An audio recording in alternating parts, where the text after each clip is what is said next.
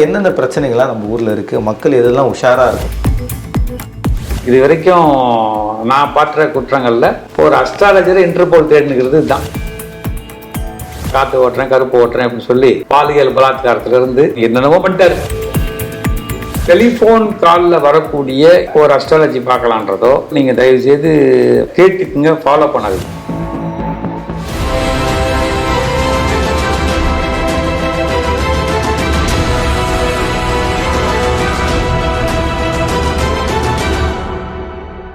GB communication நேயர்களுக்கு வணக்கம். குற்றங்கள் தவிர்ப்பது எப்படி அப்படின்ற ஒரு பிரிவில் நம்ம நிறைய விஷயங்கள் பேசிக்கிட்டு இருக்கோம். சார், போன வாட்டி நம்ம பேசும்போது இன்சூரன்ஸ் ரிலேட்டடாக நடந்த ஒரு ஸ்கேமை பற்றி பேசணும். அதை தாண்டி நிறைய ஸ்கேம்ஸும் நிறைய பிரச்சனைகளும் அவ்வப்போது நடக்குது. ஸோ நம்ம பார்க்கும்போது மக்களுக்குமே கொஞ்சம் அவேர்னஸ்க்காக தான் இந்த ஒரு கேட்டகரியை நம்ம உருவாக்கணும். அடுத்த கட்டமாக என்னென்ன பிரச்சனைகள்லாம் நம்ம ஊரில் இருக்குது, மக்கள் எதெல்லாம் உஷாராக இருக்கணும் சார்? சதுரங்க வேட்டைன்னு படம் பார்த்தியா? பார்த்தேன். அந்த படத்தோட மையம் என்ன? லைக் ஆசையை தூண்டி விட்டு நிறைய பேரை உள்ளே வர வச்சு ஒரு விஷயத்துலையும் ஸ்கேம் பண்ணி ஏமாற்றுவாங்க. ஆசை இல்லை, அது பேர் பயம். ஓகே. பயம் இல்லை பேராசை? பேராசை. ஆசை, பேராசை. ஆசை நடப்பட்டது கிடைக்கலன்னா பயம் வந்துடும். பயம் வந்துடும். சைக்காலஜி. ஆமாம். பயம் வந்துட்டுனா பேராசை வந்துடும். ஆசை, பயம், பேராசை, இது ஒரு சைக்கிள். இதுதான் மேட்ரு. இப்போ நம்ம ரியல் லைஃப்பில் பண்ணுறான். சதுரங்க வேட்டை டைரக்டர் படம் எடுத்துட்டு கொடுத்தாரு, நம்ம அது ரியல் லைஃப்ல பண்றான். ஓகே. அது ரியல் லைஃப்ல பண்ண ஒரு விஷயம் வந்து ஒரு அஸ்ட்ராலஜி தெரியாத ஒரு நண்பர் பண்ணது. அவர் என்ன பண்றாரு, இது வரைக்கும் நான் பார்க்குற குற்றங்கள்ல ஒரு அஸ்ட்ராலஜரை இன்டர்போல் தேடினுக்கிறது தான் ஃபர்ஸ்ட் டைம். ஓகே. நம்ம பார்த்ததுல இப்படி ஒரு 40 வருஷமா அஸ்ட்ரோ ஃபீல்டில் ரிசர்ச் பண்ணிட்டுக்கிறேன். அதுல எனக்கு நான் பார்த்து அது ஆச்சரியப்பட்டது என்னன்னா, கள்ளக்கடத்தல் பண்ணணும்னு தேடுவான், மருந்து கடத்தல் பண்ணணும்னு தேடுவாங்க இன்டர்போல், பல டெரரிஸ்ட் தேடுவான். ஆனா அஸ்ட்ராலஜில தேடுறான் இன்டர்போல்னா நம்பால் தான். நம்பால் பயங்கரமான அது வந்து கேரள மாநிலத்தை சேர்ந்த அஸ்ட்ராலஜர். அவர் என்ன பண்ணியிருக்காருன்னா, பல ஊர்களுக்கு போயிருக்காரு. போயிட்டு தான் அங்கே இருக்க அங்கே இருக்க சங்கங்கள் அவங்கெல்லாம் வந்துட்டு ஏதோ நான் பண்ணுறேன், காற்று ஓட்டுறேன், கருப்பு ஓட்டுறேன் அப்படின்னு சொல்லி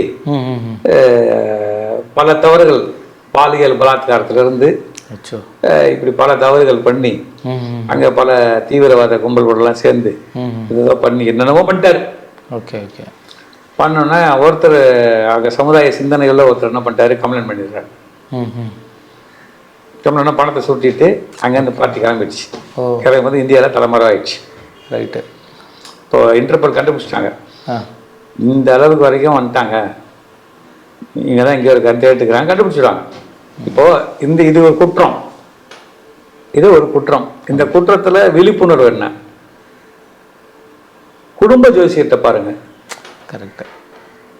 எந்த ஜோசியரும் உனக்காக பரிகாரம் அவர் பண்ண முடியாது. உண்மை உண்மை. உனக்காக பரிகாரம் அவர் பண்ணிக்கவே முடியாது. அந்த மாதிரி சொன்னால் நம்பாதீங்க. அதே பிளைண்டாகவும் நம்பாதீங்க. பிளைண்டாகவும் நம்பாதீங்க. பிளைண்டை நம்பவே நம்பாதீங்க. அப்புறம் பிளைண்டா நம்புறீங்க, இல்லை சொல்லிட்டாங்கன்னா விட்டுருவாங்க. கண்டிப்பா செய்வினை, காத்து, கருப்பு எல்லாம் இருக்கிற காலங்கள்லாம் போயிடுச்சு. இப்போலாம் அதெல்லாம் பண்ண முடியாது. பண்ண முடியாது. எஸ், அப்படி பண்ணணுன்றத ஒரு முறை 2 முறை செக் பண்ணிங்க. ஓகே. ஒரு முறைக்கு 2 முறைக்கு 3 முறை செக் பண்ணிவிட்டு கன்ஃபார்ம் பண்ணுங்க. ஃபஸ்ட்டு சொல்கிறவர் கரெக்டானவரான்னு ஃபஸ்ட்டு பார்க்கணும். அவரோட ஆன்டிசிடென்ட்னு பாருங்க. என்ன, எனக்கு தெரிஞ்ச ஒரு அஸ்ட்ராலஜி சென்னையில் ஒரு குற்றவாளி, சென்னை கிரைம் ரெக்கார்டு ஒரு குற்றவாளி. அவர் ஒரு பெரிய நகரத்தில் இன்றைக்கி ஒரு மிகப்பெரிய அஸ்ட்ராலஜர் ஆகாரு. என் நண்பரே கேட்குறாரு, ஒரு ஃபோட்டோ காமிச்சு, சரி இவர் அப்பாயின்மெண்ட் கிடைக்குமா சார்னு கேட்டார். ஏப்பா இவர் வந்து எப்படிப்பா, இவர் இந்த ஸ்டேஷன் மேலே, இந்த ஸ்டேஷனில் இவர் இவ்வளோ கம்ப்ளைண்ட் இருக்கா எப்படின்னா அவர் ஆச்சரியப்படுறாரு. என்ன சார் பேரை மாற்றி மீசை எடுத்துட்டு தாடி எடுத்துட்டா கதை மாறிடுச்சா சார்? என்ன சார், ஐயோ அவரு உன்னை கூப்பிடல, நீ உட்காந்து நைட்டெல்லாம் உட்காந்து நெட்டில் போட்டு தேடி கண்டுபிடிச்சி இவர் அப்பாயின்மெண்ட் வாங்கி கொடுத்து நீ தான் வந்து கேட்குற. ஏன் உங்கள் வீட்டு பக்கத்தில் ஜெயதாப்பேட்டை ஒரு நல்ல அஸ்ட்ராலஜிக்கிற, அவரை பார்க்க மாட்டேங்கிற. ட்ரிப்ளிகனில் இருக்கிறாரு, நல்லா பார்க்க மாட்டேன். இங்கேருந்து நீங்கள் மும்பை போய் பார்ப்பியா? கரெக்டு. என்ன இன்னொரு அம்மா, இதுதான் ரொம்ப ரொம்ப விழிப்புணர்வாக இருக்க வேண்டிய ஒரு பகுதி. ஒரு இளம் பெண்மணி, பெரிய தொழிலதிபரோட பெண்மணி, ஒரு நாளைக்கு ஆஸ்ட்ரோ ஆப்பில் எவ்வளோ செலவு பண்ணுவாங்கன்னு நினைக்கிறேன்?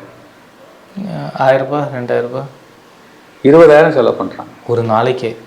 அப்பா, 1000 ரூபாய் 2000 ரூபாய் அதிகம் ஆக்சுவலாக. 20,000 ரூபாய் எங்கேயோ இருக்கு. ஆமாம். எத்தனை மணிக்கு நான் சாப்பிடலாம், ஆ எத்தனை மணிக்கு நான் பஸ் ஸ்டாண்டு போகலாம், ஓகே, எத்தனை மணிக்கு நான் வந்து மேனேஜரோட சண்டை போடலாம், எத்தனை மணிக்கு லீவு கேட்கலாம். அவங்க அப்பா என்கிட்ட வந்து, சார் இது நீங்கள் போய் நானும் அந்த பாப்பாட்ட பேசி பார்த்தேன், சத்தியமாக ஒன்றும் நடக்கவே இல்லை. இன்னும் 10 நிமிஷம் பேசி தான் நான் பணங்கிட்டு இருப்பேன் போல. ஓகே. இந்த ஆப் தயாரிச்சவன் பண்ண குற்றம். ஆப்பு தயாரிச்சு பண்ண போட்டு குற்றம். அவன் என்ன பண்ணான், ஓரளவுக்கு மேலே ஒருத்தர் கேள்விகள் வந்தால் அவன் எஸ்கலேட் பண்ணணும். என்ன தினேஷ் நீ கேட்டால் அடுத்த அந்த பொண்ணு வீட்டில் இருக்கிற நகையை திருடி அடமானம் வச்சு விற்று ஆப்புக்கு பணம் செலவு பண்ணிடுது. அந்த அளவுக்கு கொண்டு போயிட்டாங்க, அடிக்ஷன் மாதிரி ஆயிடுச்சு. பேங்க் ஹேக் பண்ணுது. ஓகே. ஃபேமிலி பேங்க் ஹேக் பண்ணி உள்ளே போகுது. ஓ. ஸோ இது வந்து சமுதாயத்தில் ஒரு நடக்கக்கூடிய மிகப்பெரிய குற்றம்.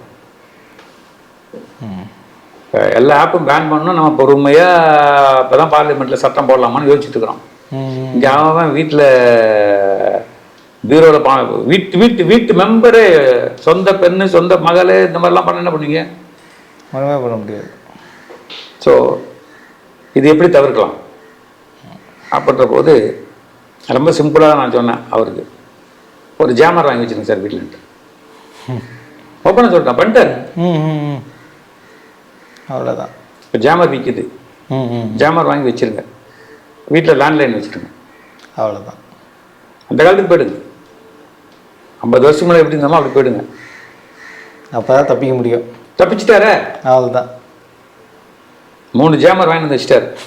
அந்த அம்மா வீட்டுக்குள்ளே வந்தால் பக்கத்து வீட்டுக்கெல்லாம் கூட எடுக்காது, அது வேறு விஷயம்.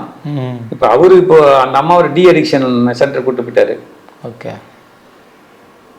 எனக்கு ஒரு பெரிய ஐடி கம்பெனியில் வேலை செய்கிற படித்த பெண்மணி. இதில் வந்து மூழ்கி போனதால் இவ்வளோ பிரச்சனைகளை வந்து சந்திச்சிருக்காங்க. கரெக்ட். ஸோ நேர்கள் வந்து இதன் மூலயமா எங்கெங்கெல்லாம் எந்த மாதிரி தவறு பண்ணி எப்படிலாம் லாக் பண்ணுறாங்கன்றது புரிஞ்சுக்கலாம். எதையுமே ஓவர் டூ பண்ணால் தான் பிரச்சனை. அளவாக இல்லை, ஓவர் டூ பண்ணுறதில்ல. தயவுசெய்து டெலிஃபோன் காலில் வரக்கூடிய இன்சூரன்ஸ் பாலிசியோ, இல்லை டெலிஃபோன் வழியாக ஒரு அஸ்ட்ராலஜி பார்க்கலான்றதோ, இல்லை டெலிஃபோன் வழியாக ஒரு மருத்துவம் பார்க்கலான்றதையோ, இல்லை வந்து சோசியல் மீடியாவில் சொல்கிறக்கூடிய ஒரு விஷயங்களையோ, ஒரு சித்த மருந்துகள், ஆங்கில மருந்துகளையோ நீங்கள் தயவுசெய்து படிச்சுக்குங்க, கேட்டுக்குங்க, ஃபாலோ பண்ணாதீங்க. கரெக்ட். புரிஞ்சுங்களா? புரியுது புரியுது. இப்போ ரீல்ஸ் போகிறேன் எத்தனை பேர் ட்ரெயினில் ஒழிச்சுட்டு விட்டான். கரெக்ட் கரெக்ட் கரெக்டா? ஆமாம் ஆமாம். பைக்கில் ஒரு பெரிய யூடியூபர் லைசன்ஸை ரினியூ பண்ண மாட்டேன்ட்டான் தெரியுமா? ஆமாம் ஆமாம் ஆமாம். இவ்வளோ சிக்கல் இருக்குது. நம்ம வெளியிலேருந்து பார்த்துட்டு அதுக்கெலாம் என்னென்ன ஆராய்ச்சி பண்ணாமல் இறங்கிடணும். இதன் மூலயமா மக்கள் கொஞ்சம் உஷாராக மக்கள் வந்து திருந்துவது வந்து 0.1% திருந்ததுனா பெரிய விஷயம். அந்த 0.1% திருந்தாலும் நம்ம பெரிய வெற்றி. ஆமாம். அட்லீஸ்ட் யோசிக்க ஆரம்பித்தாலே நம்ம இல்லை யோசிச்சிருக்காங்க. என்கிட்ட நிறைய பேர் என்கிட்ட ஃபோனில் பேசும்போது சொல்லுவாங்க, சார் இப்போது நாங்கள் இன்சூரன்ஸ் நல்ல கம்பெனி, இப்போ 93% கிளைம் செட்டில்மெண்ட்னு போட்டிருக்கான் ஒரு கம்பெனி பேப்பரில். அப்போ என் நண்பர்கிட்ட கேட்டேன், 93% 100 கிளைம் 93 கொடுத்துட்டான் கேட்டேன். அவன் மொத்தமாக இன்சூர் பண்ணுற பாலிசியே வந்து 1000 தான். ஓகே.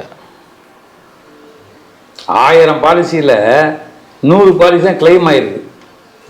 100ல் 93 பட்டால் என்ன பண்ண? அப்போ கவர்மெண்ட் ஆஃப் இந்தியா கிளைம் கம்பெனியெல்லாம் வந்து லட்சக்கணக்கில் பாலிசி செட்டில் பண்ணிட்டு அவன் எவ்வளோ பர்சன்டேஜ் போட்டுருக்கு? கரெக்ட். ஒரு முழு பக்கம் விளம்பரம் வருது, நாங்கள் 93% கிளைம் செட்டில் பண்ணிக்கிறோம். உடனே நீ வாங்கிடுவேன். ஏன்னா அது நம்புகிறோம்ல, இத்தனை பேர் ஹெல்ப் பண்ணுறாங்க, நம்ம வந்து சேஃப் தான் போலையே அப்படின்னு. ஆனால் இத்தனை பேருக்கு பண்ணியிருக்காங்கன்றது பேக்ரவுண்ட் வெரிஃபிகேஷன் பண்ணால். ஆமாம். இப்போ நீ யுவர் 100% சக்ஸஸ்ஃபுல் அப்படின்னா, காலைல டிஃபன் சாப்பிட்டதில் 100% சக்ஸஸ்ஃபுல் அப்படின்னா, ஆமாம் நீ ஒரு 2 இட்லி சாப்பிட்டுன்னா 100% நீ சாப்பிட்ட மாதிரி தானே அர்த்தம். 100 இட்லி வச்சு சாப்பிட வச்சுருந்தனா correct. Percentage is nothing but ஒன்று கூட 100% வச்சுக்கலாம்ல நீ. கரெக்ட். அதனால் இன்சூரன்ஸ் காப்பீடை பற்றி தயவுசெய்து வண்டிக்கு எடுக்கிற காப்பீடாக இருந்தாலும் சரி, ஹெல்த் இன்சூரன்ஸ். இன்றைக்கி ஹெல்த் இன்சூரன்ஸ் இல்லைன்னா நீங்கள் வீட்டில் உங்கள் உடம்புக்கே பூட்டு இல்லாத மாதிரி. ஆமாம், உடம்புக்கே பூட்டே இல்லாத மாதிரி. உங்களுக்கு தெரியும், உங்களுக்கு சொந்த அனுபவமே நிறைய இருக்குது. அந்த அனுபவத்திலேயே உங்களுக்கு தெரியும். அதனால் நல்ல கம்பெனியில் கரெக்டாக இருக்கு, எடுத்தால் நீங்கள் தப்பிச்சிங்க. ரொம்ப நன்றி சார். தேங்க்யூ.